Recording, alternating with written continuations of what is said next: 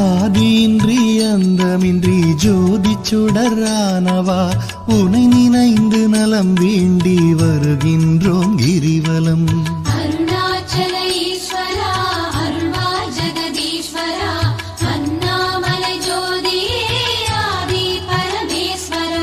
சக்தி உமை பாகனாகி அர்த்தநாரியானவா உனை நினைந்து நலம் வேண்டி வருகின்றோம் கிரிவலம்.